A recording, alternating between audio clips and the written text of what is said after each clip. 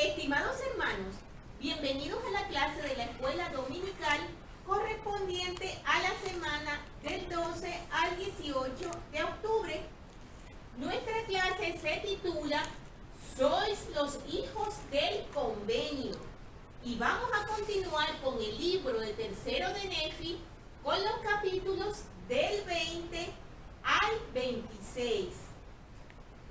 Recordemos, hermanos, que en las clases anteriores hemos estado hablando acerca de la visita del Salvador. En la última clase, hacia el final, recordemos que mencionamos que el Salvador había visto debilidad en el pueblo nefita para comprender sus palabras y los envió a sus hogares a hacer tres cosas muy importantes.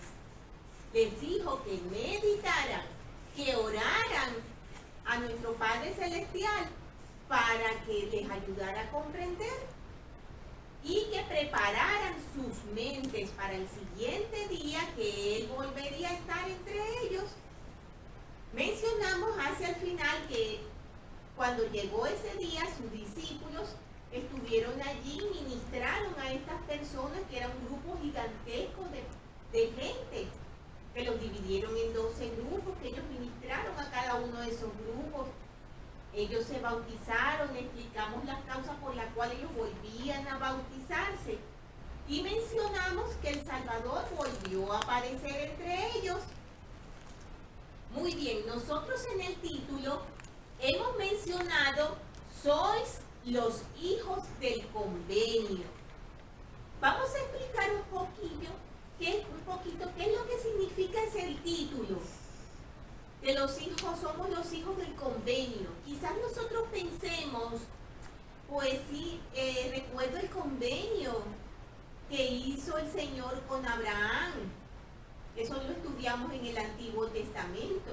Pero fue con Abraham solamente y con su familia.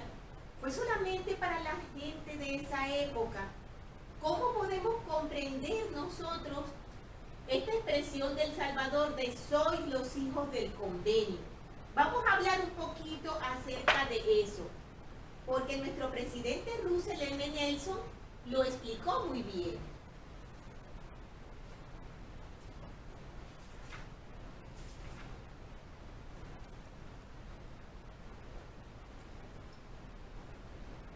Jesús indicó en los versículos del 25 al 27 del capítulo 20 acerca de llegar a ser los hijos del convenio.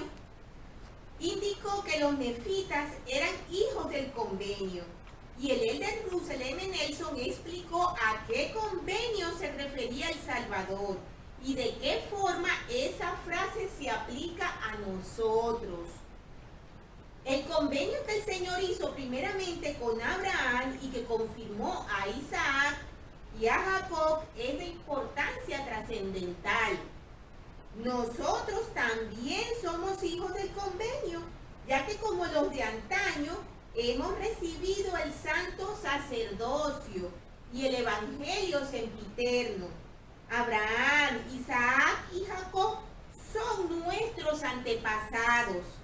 Y nosotros somos de Israel. Tenemos derecho a recibir el evangelio, las bendiciones del sacerdocio y la vida eterna. Las naciones de la tierra serán bendecidas por nuestros esfuerzos, así como por la laboriosidad de nuestra posteridad. La descendencia literal de Abraham y los que son congregados con su familia por adopción reciben esas bendiciones prometidas, las cuales se basan en el hecho de que aceptemos al Señor y obedezcamos sus mandamientos. Estas palabras del presidente Nelson las tenemos en la Liaona de julio de 1995. Tenemos entonces, hermanos, que es muy importante que nosotros comprendamos que también somos hijos del convenio, para que tengamos ese gozo y esa fortaleza en nuestras vidas de saber que esas maravillosas promesas y bendiciones que el Señor con las que el Señor, hizo convenio con Abraham, también llegan hasta nosotros. Claro, es importante también que entendamos que un convenio no es algo unilateral. Cuando el Padre Celestial hizo el convenio con Abraham, Él no lo hizo únicamente ofreciéndole bendiciones. Había que hacer algo a cambio, ¿verdad? Como lo mencionó el profeta Russell M. Nelson. Para nosotros poder tener esas bendiciones, debemos acercarnos al Señor, debemos obedecerle y así cumpliremos con la parte que nos corresponde para que ese convenio pueda estar presente en nuestras vidas. Debemos obedecer, debemos seguir al Señor y debemos cumplir con todo lo que tenemos designado en esta maravillosa obra. Una vez que comprendemos esta expresión de los hijos del convenio, vamos a comenzar con lo que se menciona en la lección que vamos a tratar en los capítulos. Vamos a ver, hermanos, que vamos a aprender lecciones muy importantes y a repasar también otros conocimientos que hemos mencionado en otras lecciones y del que hemos hablado mucho en las clases. En la primera lección que vamos a aprender tenemos que en los últimos días Dios llevará a cabo una obra grande y maravillosa. Esas fueron palabras que el Salvador empleó. Vamos a ver lo que quieren decir esas palabras y cómo se tratan en los versículos que tenemos en el capítulo 20 comenzando. Tenemos que allí al principio el Salvador menciona que Él les pide a sus discípulos y a los nefitas que estaban presentes que dejaran de orar, porque ellos estaban de rodillas haciendo oraciones. Les dijo que dejaran de orar, pero les dijo algo muy importante. Les dijo que siguieran orando en sus corazones. Ese fue un consejo, hermanos, muy especial que dio el Salvador y que nosotros también debemos de seguir. ¿Por qué? Porque quizás, hermanos, pensemos que la única manera en que nosotros podemos hacer una oración es hacerlo de una manera ordenada, con los pasos requeridos, en el lugar adecuado. Pensar, tenemos que estar de rodillas, tenemos que estar solos en una habitación, tiene que haber silencio, tengo que tener tiempo para que esa oración sea larga y yo pueda decirle al Señor todas las cosas que quiero decirle. Por supuesto, hermanos, las oraciones fervientes son importantes, pero el Señor nos recomienda también que llevemos siempre una oración en nuestro corazón. ¿Por qué, hermanos? Porque para nosotros acercarnos al Señor, no requerimos únicamente tener que cumplir con todos esos requisitos. Porque si así fuera, realmente quizás serían muy pocas las oraciones que nosotros podríamos hacer en medio de todas las circunstancias que cada uno tenemos en nuestras vidas.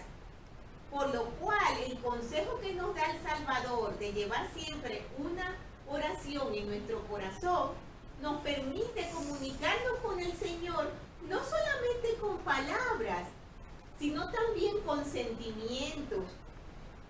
Cuando somos agradecidos, por ejemplo, cuando vemos a nuestros hijos, a nuestros seres queridos, cuando de repente en nuestro día a día ocurre algo hermoso y nosotros sentimos gozo y nos sentimos agradecidos y nos sentimos amados por nuestro Padre Celestial y dentro de nuestro corazón decimos gracias, Padre, aun sin pronunciar ninguna palabra. Y sentimos ese gozo interno que nos ayuda a fortalecernos y a seguir adelante. Por lo cual es importante que siempre llevemos adelante ese consejo. Quiero leerles unas palabras acerca de esto, de la oración que mencionó nuestro profeta Nelson y también el presidente Boyka Packer. Tenemos que, cuando terminaron de orar, El Salvador dio a los nefitas el importante consejo de llevar continuamente una oración en sus corazones. El elder Russell M. Nelson dijo algo parecido. Durante mucho tiempo los profetas nos han dicho que debemos orar humildemente y con frecuencia. Incluso es posible ofrecer oraciones en silencio. Se puede pensar una oración, en especial cuando las palabras supusieran una interferencia.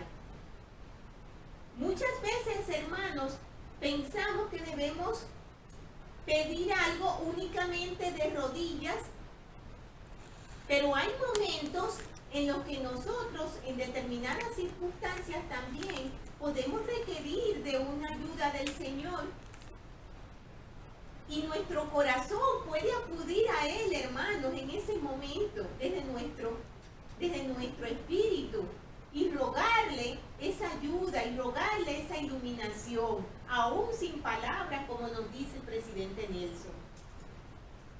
Y el presidente Packer enseñó lo siguiente: aprendan a orar, oren seguido, oren con la mente, con el corazón, oren de rodillas. Y dijo algo muy importante, hermanos, presten atención. La oración es la llave personal que tiene cada uno de acceso al cielo. La cerradura está del lado del velo donde ustedes están. Y sobre esto él menciona una escritura que está en Apocalipsis 3:20 y que dice lo siguiente: he aquí, yo estoy a la puerta y llamo. Si alguno oye mi voz y abre la puerta, entraré y cenaré con él y él conmigo. Con respecto a esta escritura, hermanos, en otras clases yo he mencionado una historia muy hermosa que quiero volver a traer en este momento para ilustrar lo que estamos hablando. En una oportunidad mencioné acerca de un cuadro que la mayoría de nosotros ha visto, y es la imagen del Salvador tocando una puerta. ¿Se recuerdan, verdad?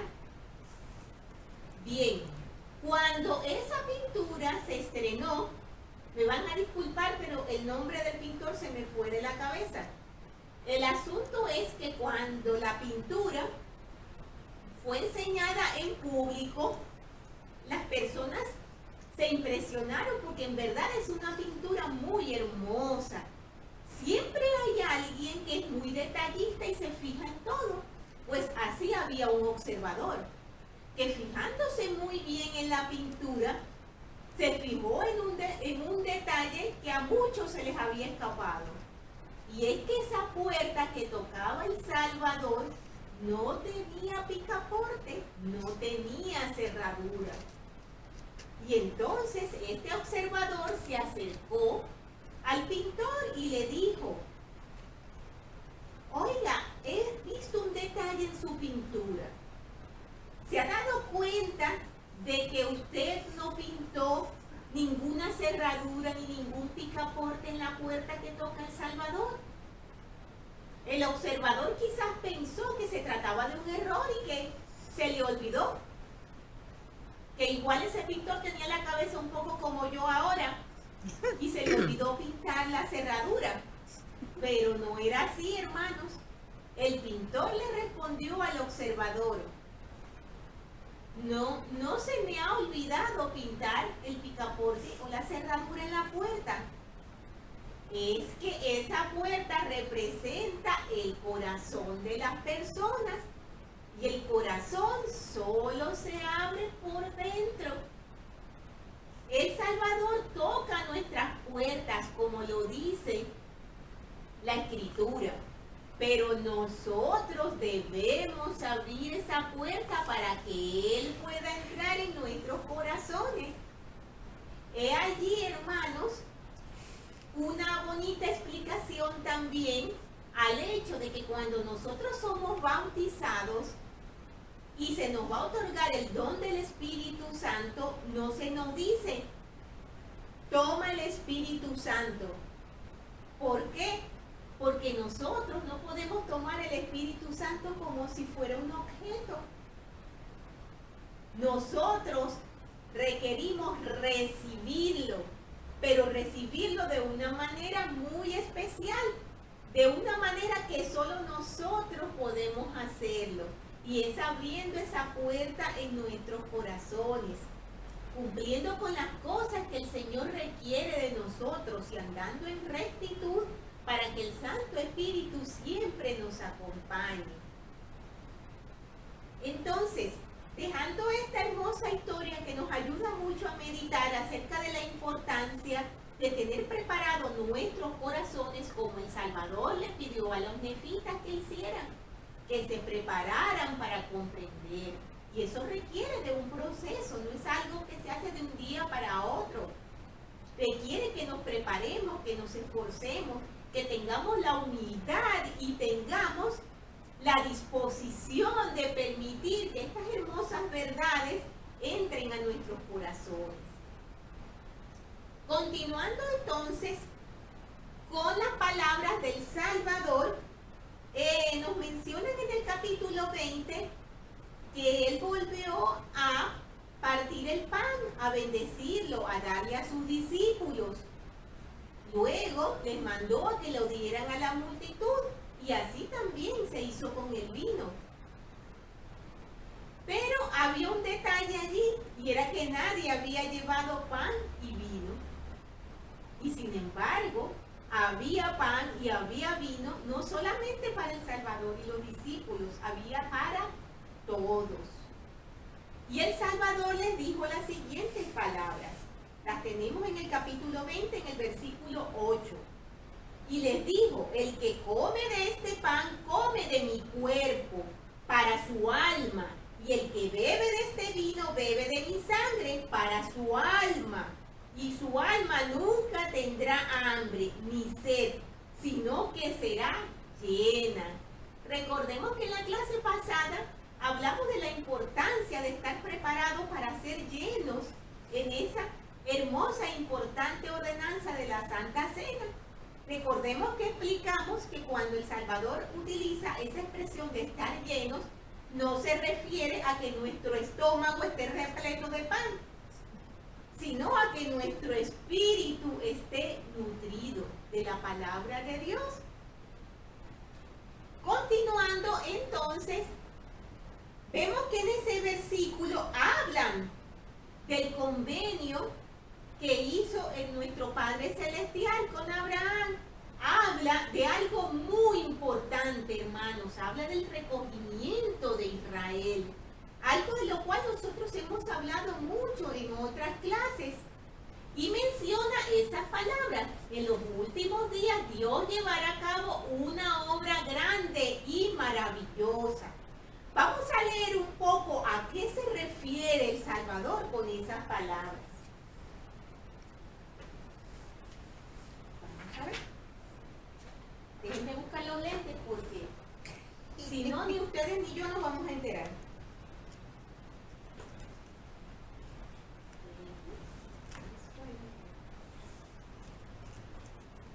Muy bien.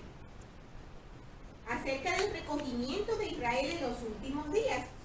Jesús le dijo a los nefitas en estos capítulos, hermanos, que Él les iba a dar una señal de cuándo iba a comenzar el recogimiento. Y entonces predijo la restauración del Evangelio, predijo la aparición del libro de Mormón y el establecimiento de una nación libre en América y que se llevaría el Evangelio a su descendencia. A la restauración de los últimos días la llamó una obra grande y maravillosa. En los primeros días de la restauración, el Salvador dijo, una obra maravillosa está a punto de aparecer. Eso lo tenemos en los versículos del 1 al 9 del capítulo 21 del tercero de Nefi. Y nos habla de eso también en Doctrinas y Convenios 4:1. El presidente Gordon B. Hinckley habló acerca del milagro de la restauración y de la responsabilidad que tenemos de ayudar a hacer que la obra avance. Esto es importante, hermanos, porque tal vez nosotros veamos la restauración como algo que ya pasó, que nuestro profeta hizo esa maravillosa y divina misión que le fue encomendada y que nosotros no tenemos otra cosa que hacer. Y si pensamos así, estamos totalmente equivocados, hermanos. Tenemos un papel muy activo para que esta obra maravillosa avance. Vamos a ver lo que nos dice el presidente Gordon B. Hinckley. Este glorioso evangelio se introdujo con la aparición del Padre y del Hijo al joven José. El alba de la dispensación del cumplimiento de los tiempos se alzó sobre el mundo. Todo lo bueno, lo bello, lo divino de todas las dispensaciones pasadas fue restaurado en esa época tan extraordinaria. Comprendemos y entendemos la verdad, comprendemos y entendemos de verdad la tremenda importancia de lo que poseemos, nos pregunta el presidente Hinckley. Nosotros, los de esta generación, somos la última cosecha de todo lo que nos ha antecedido. No es suficiente con solo ser conocidos como miembros de esta iglesia. Sobre nosotros descansa una solemne obligación. Aceptémosla y esforcémonos por llevarla a cabo. Debemos vivir como verdaderos discípulos de Cristo, con caridad hacia todos, haciendo un bien por mal que recibamos, enseñando por medio del ejemplo los caminos del Señor y llevando a cabo el extenso servicio que Él nos ha señalado. Tenemos entonces, hermanos, que hemos hablado del recogimiento de Israel, ¿verdad? Muchos a lo mejor lo entienden perfectamente, a otros a lo mejor nos falta algún conocimiento y esto es importante que lo entendamos. Entonces, vamos a dar algunos detalles acerca del recogimiento de Israel para que comprendamos a qué se refiere esto. En primer lugar, ¿quiénes forman parte de la casa de Israel?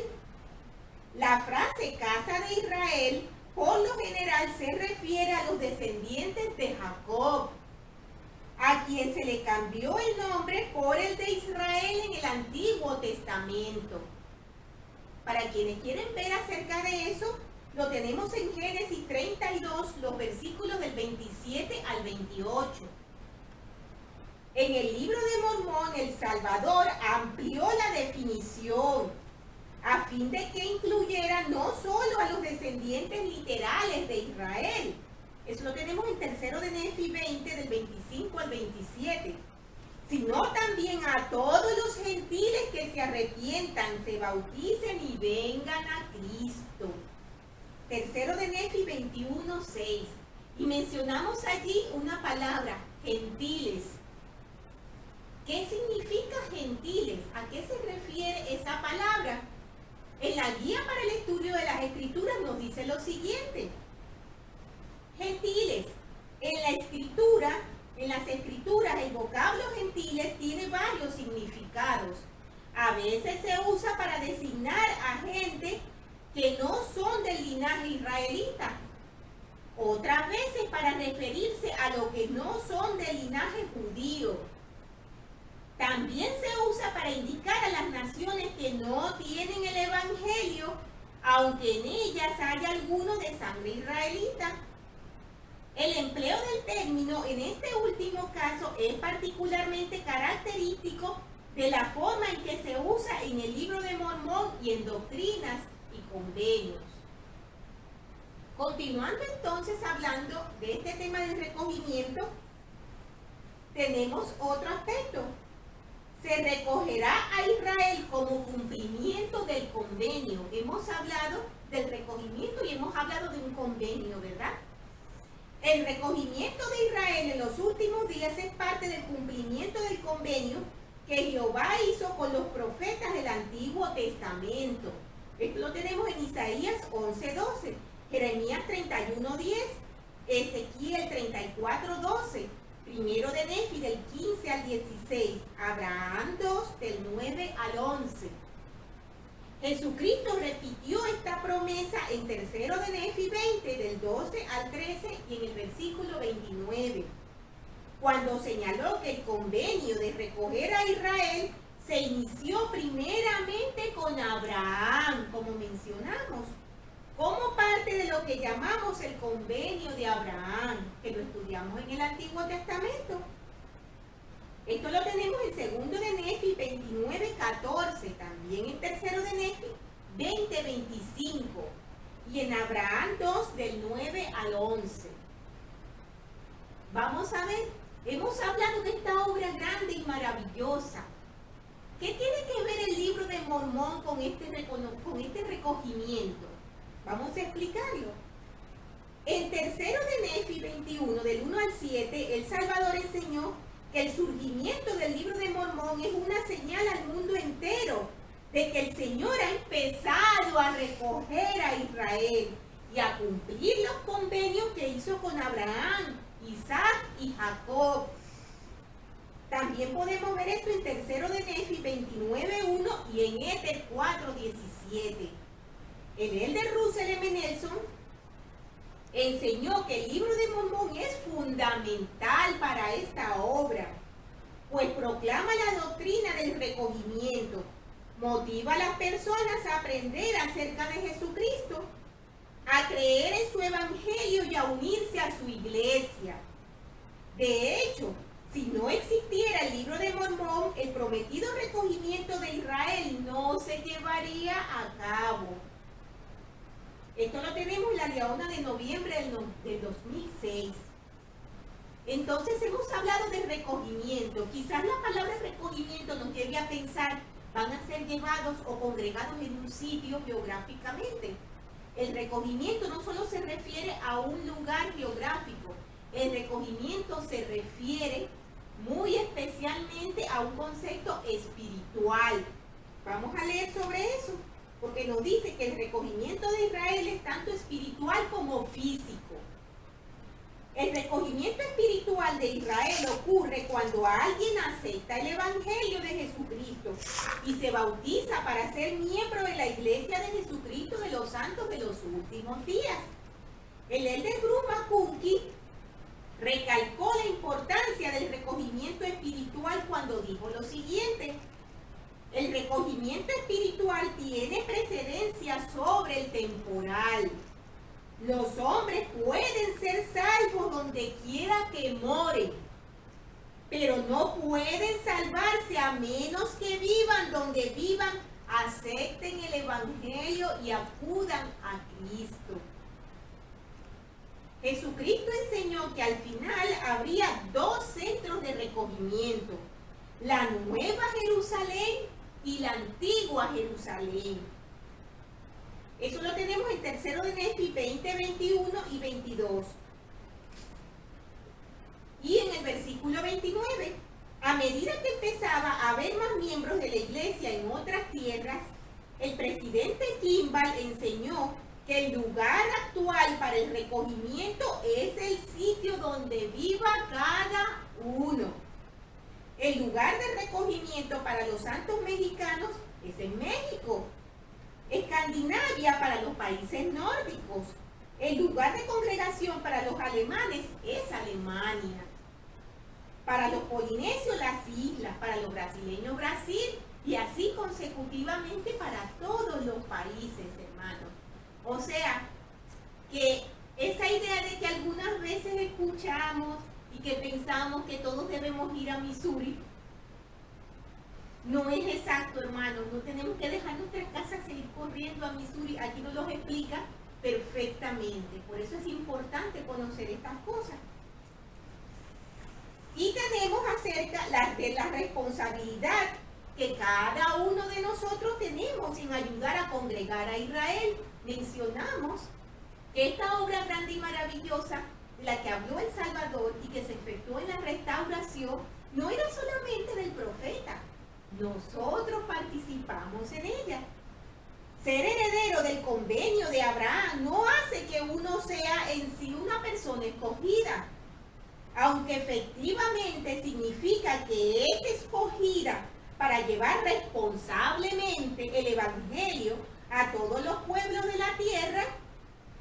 La promesa de recoger a Israel se cumple hoy en día, cuando los descendientes de Abraham, Isaac y Jacob llevan el nombre del Señor, su ministerio y su sacerdocio a todas las familias de la tierra, ofreciéndoles así las bendiciones del evangelio, que son las bendiciones de salvación, sí, de vida eterna, como nos lo indican en Abraham 2:11.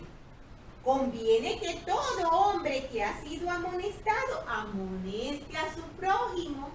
Nos lo dicen en Doctrina y Convenios 88-81. Tenemos entonces así, hermanos, una visión más clara de lo que significa el recogimiento de Israel. Esto es muy importante, hermanos. Y nuestro presidente Russell M. Nelson, con respecto a esto también, nos mencionó hermosas palabras, donde nos dice que podemos formar parte de algo grandioso. Nos dice, ciertamente estos son los últimos días y el Señor está acelerando su obra para recoger a Israel. Ese recogimiento es lo más importante que se está llevando a cabo hoy en la tierra. Nada se le compara en magnitud, nada se le compara en importancia, nada se le compara en majestad.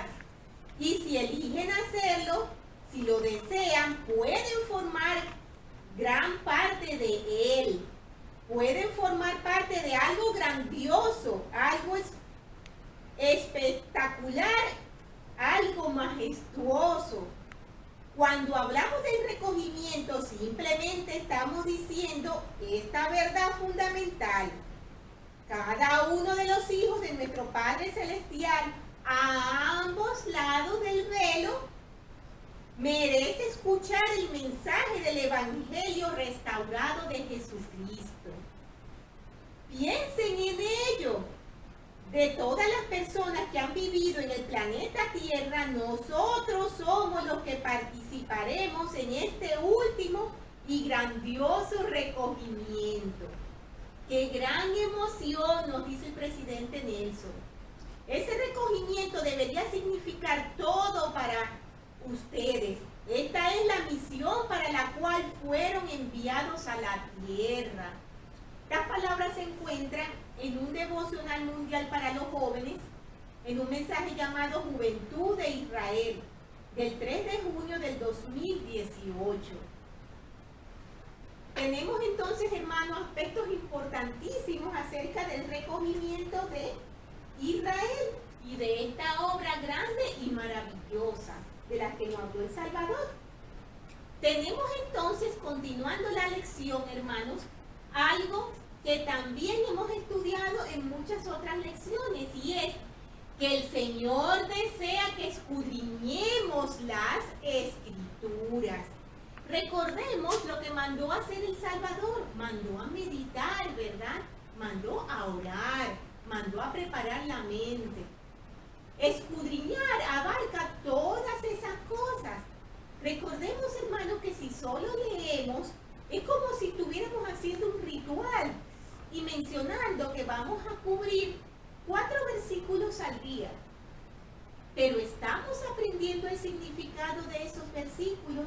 Estamos procurando comprender lo que el Señor nos quiere decir. Eso es una reflexión muy importante que debemos hacer. Vamos a leer unas palabras del profeta José Smith acerca de este importante consejo de escudriñar las Escrituras. Y nos dice lo siguiente: el profeta José Smith alentó a los santos a escudriñar las Escrituras a fin de recibir un testimonio independiente de la verdad y de obtener instrucciones directas de Dios. Escudriñen las Escrituras, escudriñen las revelaciones que publicamos y pidan al Padre Celestial en el nombre de su Hijo Jesucristo que les manifieste la verdad. Y si lo hacen con la mira puesta únicamente en la gloria de Él, sin dudar en nada, Él les responderá por el poder de su Santo Espíritu. Entonces podrán saber por ustedes mismos y no por otra persona. No tendrán entonces que depender del hombre para saber de Dios, ni habrá lugar para la especulación. No, porque cuando los hombres reciben su instrucción de aquel que los hizo, saben cómo los salvará. Entonces volvemos a decir, escudriñen las Escrituras, escudriñen a los profetas. El Salvador no solamente recomendó escudriñar las Escrituras, nos pidió escudriñar los mensajes que nos dan nuestros profetas y aprendan qué porción de ellos les pertenece. Nos dice el profeta José Smith. Palabras muy sabias y muy importantes, hermanos. El Salvador enseñó mucho acerca de la importancia de las Escrituras y de la exactitud que tenía que haber en ellas. Él se preocupó por revisar lo que estaba registrado. Se dio cuenta de que algunas cosas faltaban y entonces mencionó a sus discípulos que había que incluirlas.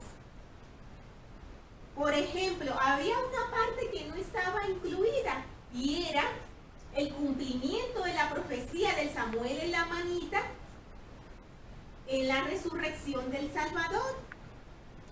Eso no estaba incluido y era importantísimo que se incluyera.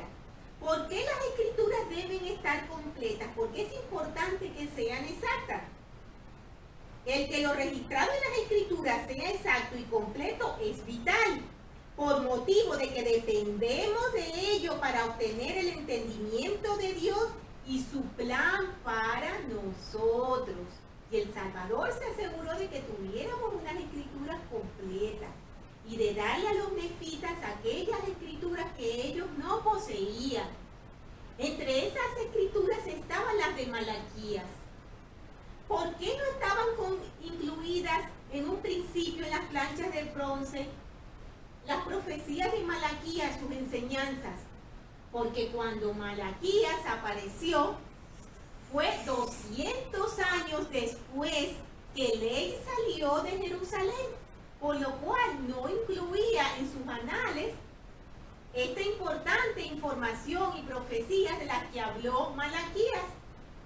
Recordemos que Malaquías es un profeta del Antiguo Testamento y que su nombre significa el mensajero. Él habló de muchas cosas importantes.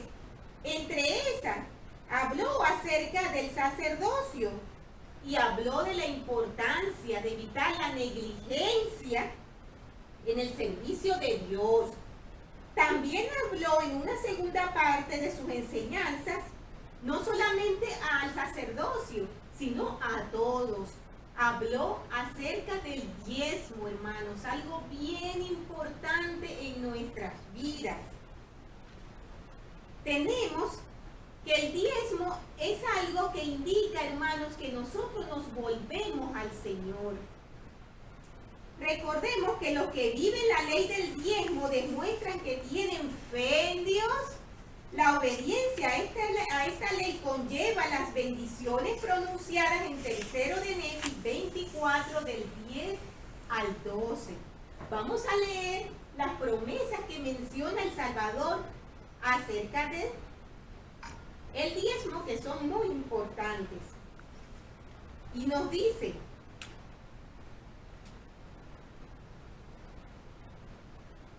a ver, 24, perdón. Ya me había ido para otra escritura.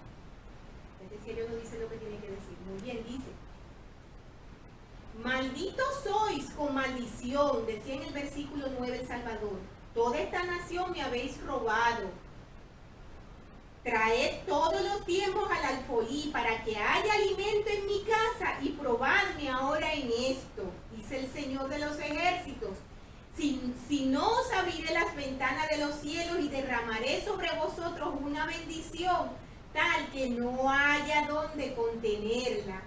Y reprenderé al devorador por el bien de vosotros, y no destruiré los frutos de vuestra tierra, ni vuestra viña en los campos dará su fruto antes de tiempo, dice el Señor de los ejércitos. Y todas las naciones os llamarán bienaventurados, porque seréis tierra deleitosa, dice el Señor de los ejércitos. Hermosas promesas con respecto al diezmo, hermanos. Muchas veces es difícil, ¿verdad?, cumplir con el diezmo.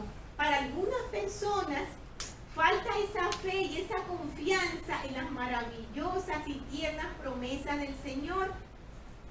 El Elder Oaks habló sobre lo que expresan algunas personas cuando tienen que decidir si serán o no obedientes al mandamiento de pagar los diezmos.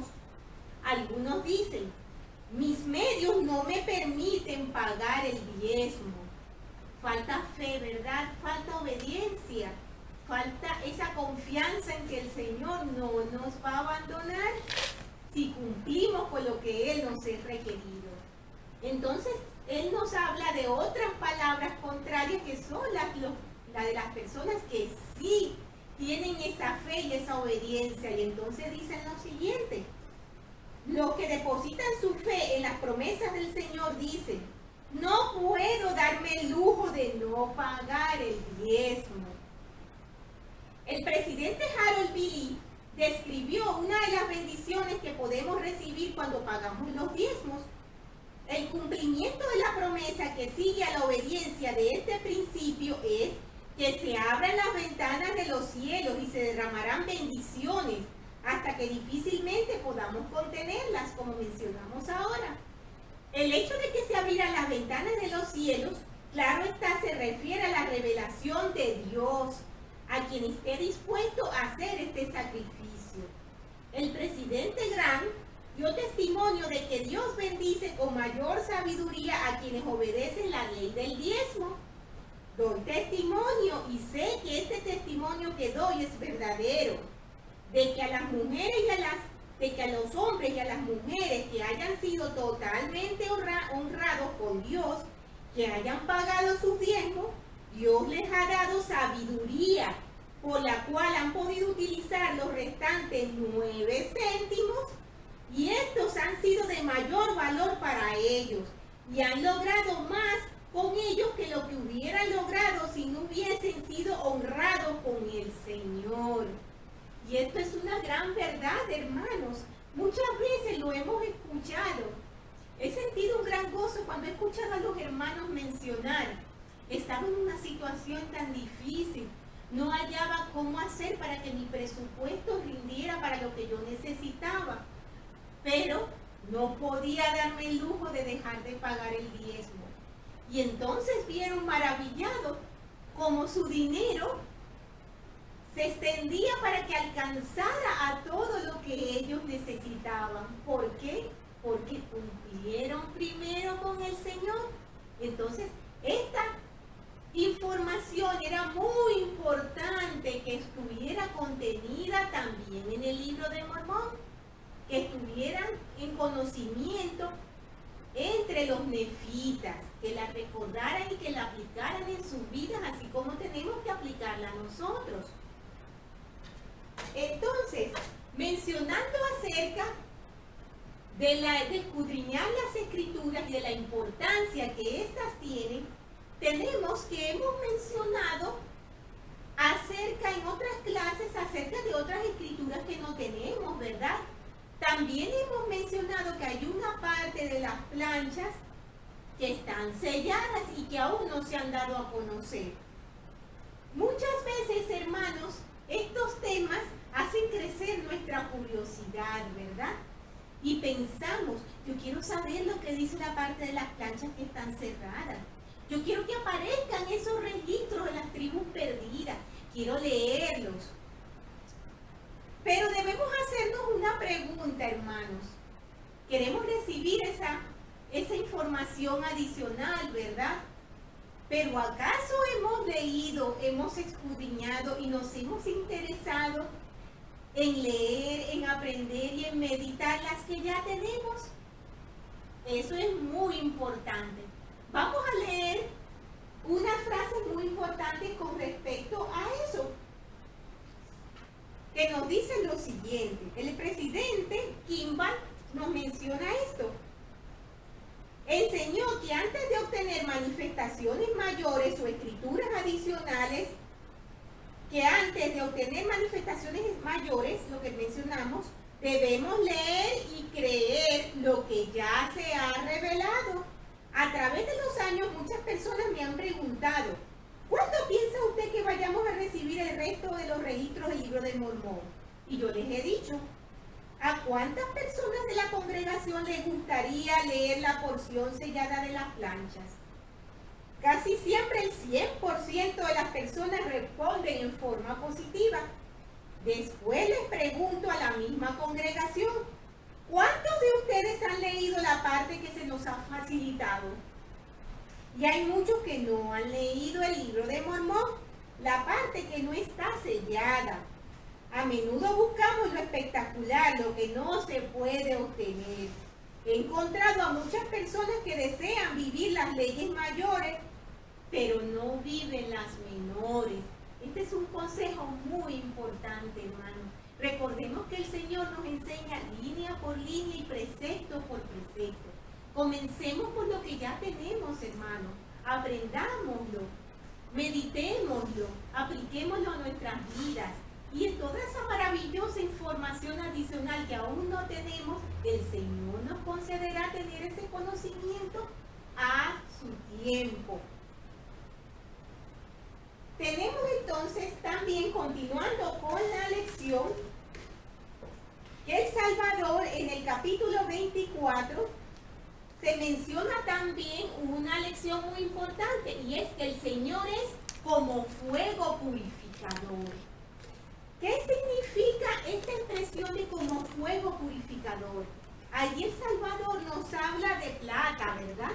Eso lo tenemos en el capítulo 24. Se nos habla un poco acerca de la plata, de cómo se purifica el metal. Entonces, vamos a ver que en el versículo 2 nos dice, ¿y quién podrá soportar el día de su venida? ¿Y quién podrá estar en pie cuando Él aparezca? Porque es como fuego purificador y como jabón de lavadores. ¿Qué significa esto de fuego purificador y jabón de lavadores? Vamos a ver. La plata se encuentra en depósitos mezclada con otros minerales. Es así como se encuentra la plata. En la antigüedad, un refinador de plata extraía ese metal colocando el mineral que se sacaba de la mina en un horno que se calentaba a temperaturas extremas. Eso causaba que la escoria, las impurezas o minerales no deseados emergieran a la superficie del mineral fundido. El refinador quitaba las escorias para dejar la plata pura, la cual se podía distinguir por su brillo característico. Por otro lado, tenemos que un lavador era una persona que limpiaba y blanqueaba telas. La tela se sumergía en agua mezclada con jabón de lavadores, el cual estaba hecho para quitar aceite y suciedad. Mientras la tela estaba en remojo, el lavador la golpeaba o la sacudía para quitarle las impurezas. Entonces vamos a ver, ¿qué tiene que ver eso con nosotros?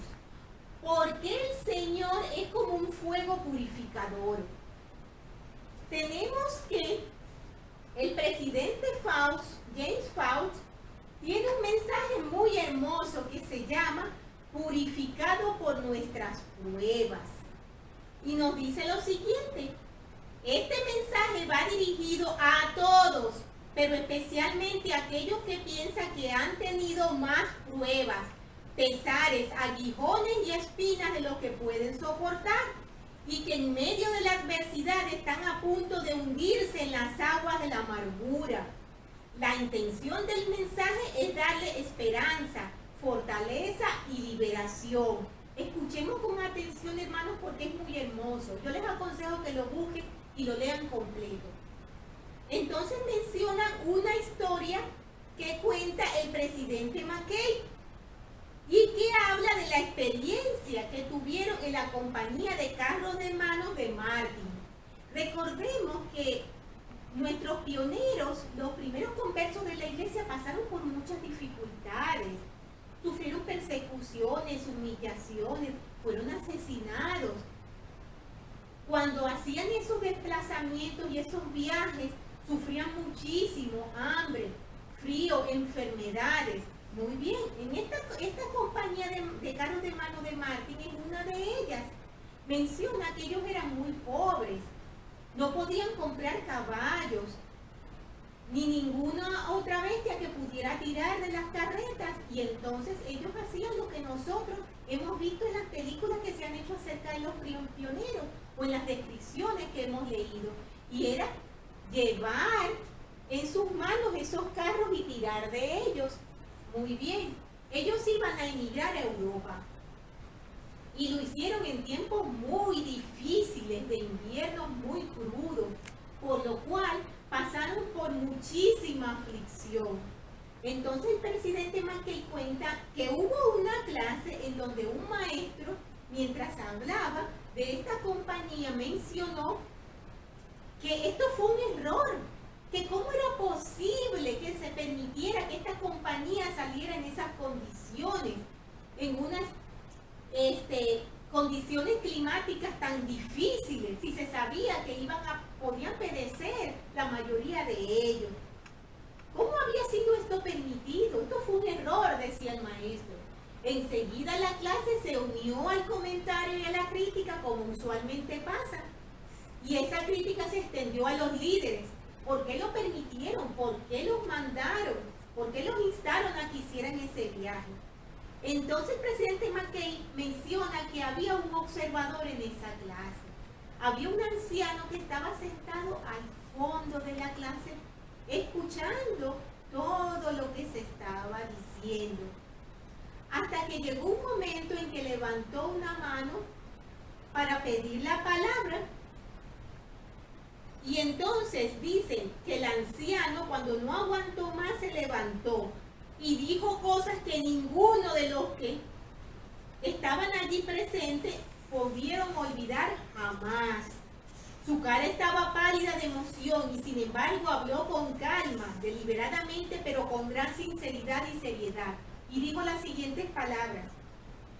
En esencia dijo: les ruego que dejen de criticar.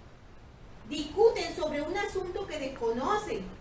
Los fríos hechos históricos no significan nada aquí, ya que no proporcionan una interpretación adecuada de las cuestiones pertinentes. ¿Que fue un error enviar la compañía de carros tan tarde en aquella época del año?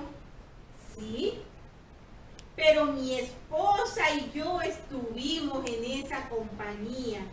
Y la hermana Nelly Ushban, a quienes han mencionado, estuvo allí también. Sufrimos más de lo que se puedan imaginar y muchos murieron a causa del frío y del hambre.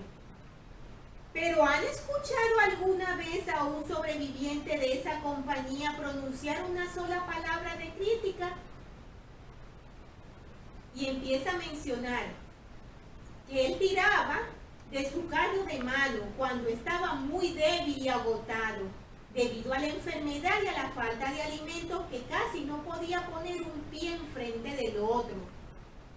Miraba hacia adelante y veía un trecho de arena o una cuesta en la colina y me decía: puedo ir hasta ahí y luego debo darme por vencido porque ya no puedo seguir tirando de esta carga. Él pensaba que ya no podía más.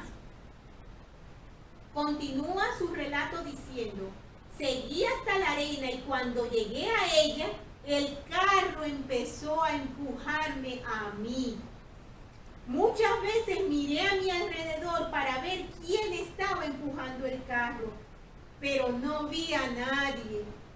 Sabía entonces que los ángeles de Dios estaban allí lamentaba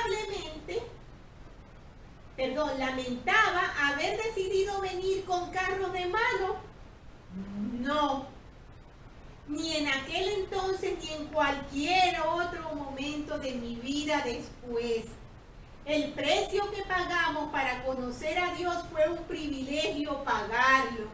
Y estoy agradecido de que tuve la oportunidad de servir en la compañía de carros de mano de Martin. Ciertamente, nos dice el presidente Faust, en esto se encierra una gran verdad. En el dolor, la angustia y los heroicos esfuerzos de la vida, pasamos por el fuego purificador.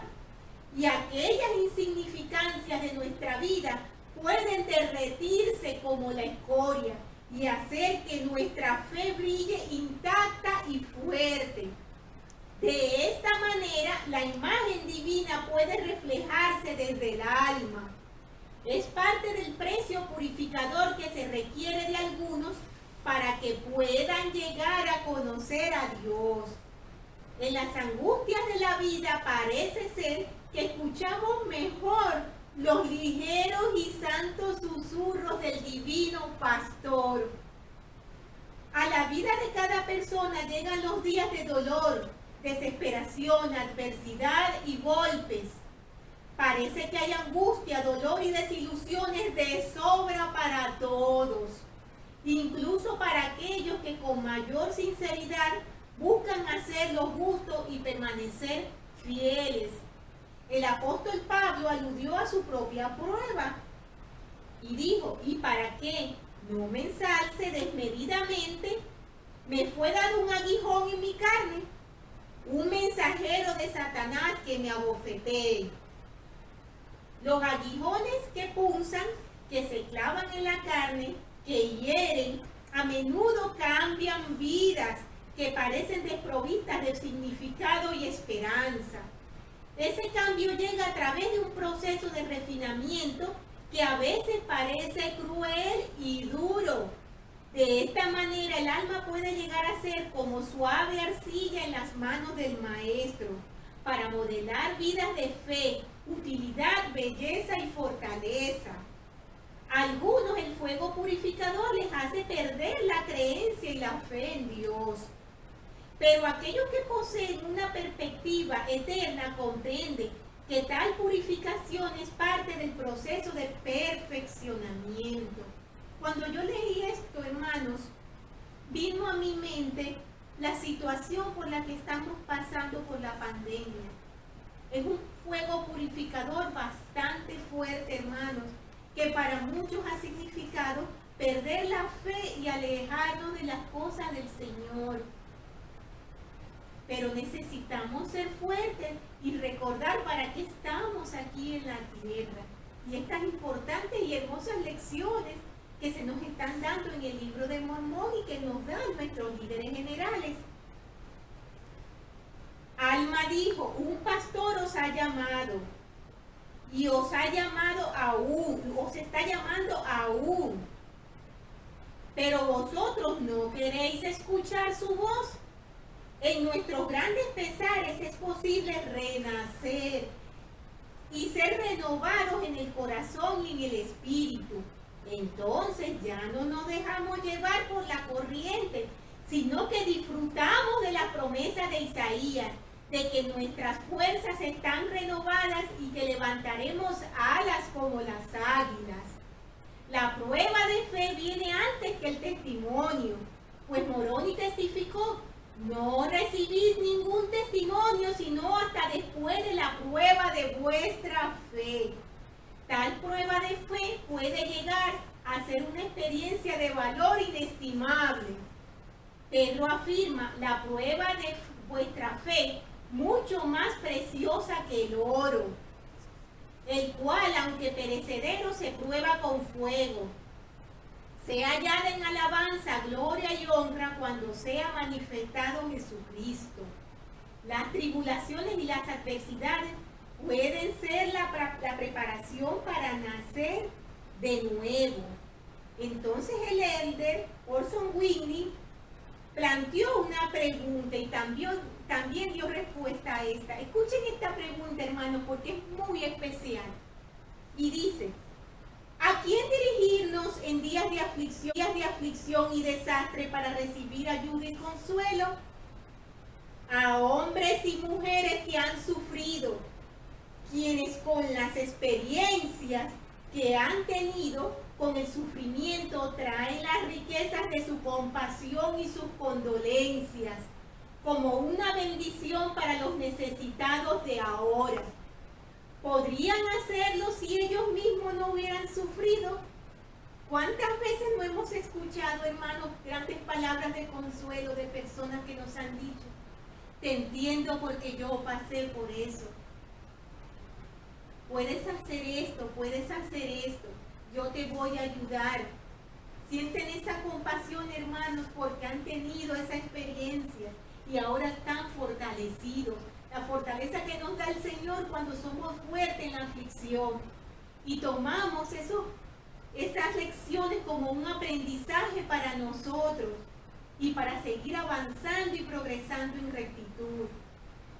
¿No es ese el propósito de Dios al dejar que sus hijos sufran? Él desea que lleguen a ser más como Él. Dios ha sufrido mucho más de lo que el hombre ha sufrido o llegará a sufrir jamás. Y es por lo tanto la mayor fuente de compasión y consuelo. Hermosas y sabias palabras, hermanos. Continuando con las lecciones, tenemos que Dios es misericordioso con quienes se vuelvan a Él. Y de esto hemos hablado en otras lecciones anteriores. El Señor siempre nos llama, como nos decía el mensaje, y nos continúa llamando. Pero Él necesita que nos volvamos a Él. ¿Cómo nos volvemos a Él? Siendo obedientes, pagando nuestro diezmo, cumpliendo con los mandamientos, haciendo todo lo que nos es requerido. Él siempre está dispuesto y con sus brazos abiertos, pero nosotros tenemos que hacer nuestra parte.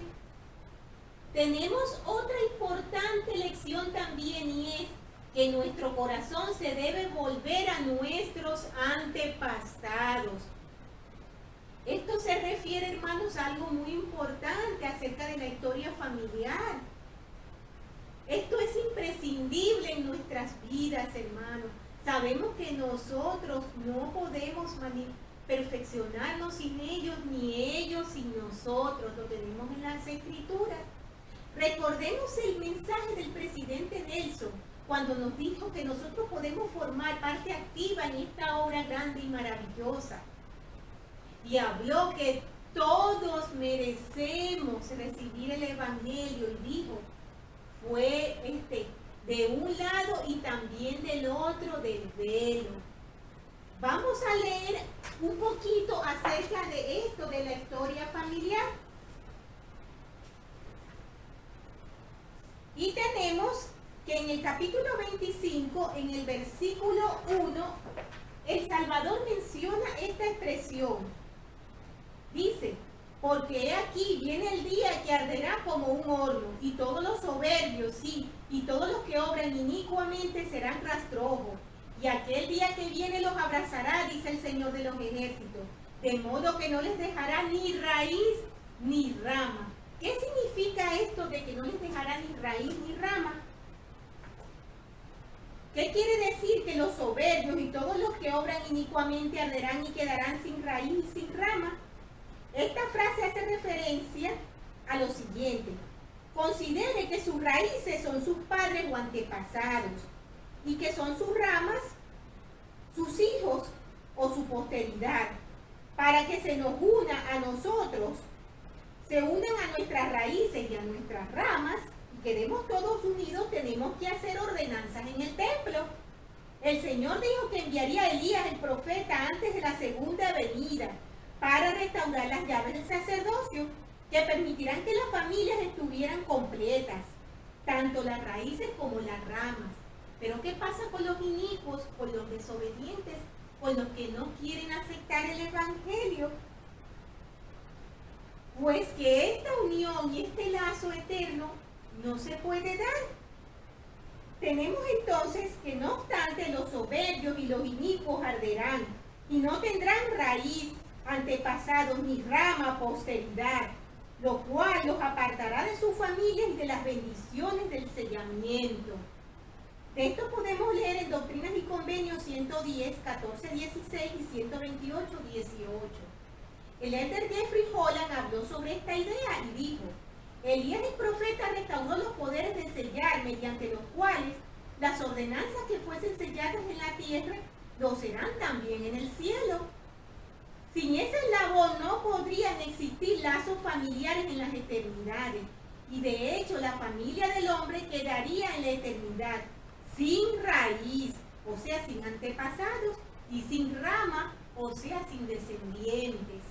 Esto es muy importante, hermano, y siempre hacemos hincapié en la importancia que tiene la historia familiar, en que nos miremos hacia nuestros antepasados, en que investiguemos y busquemos toda nuestra genealogía para que hagamos posible que ese lazo eterno pueda establecerse entre nosotros y nuestros seres queridos. Esto es imprescindible, hermanos.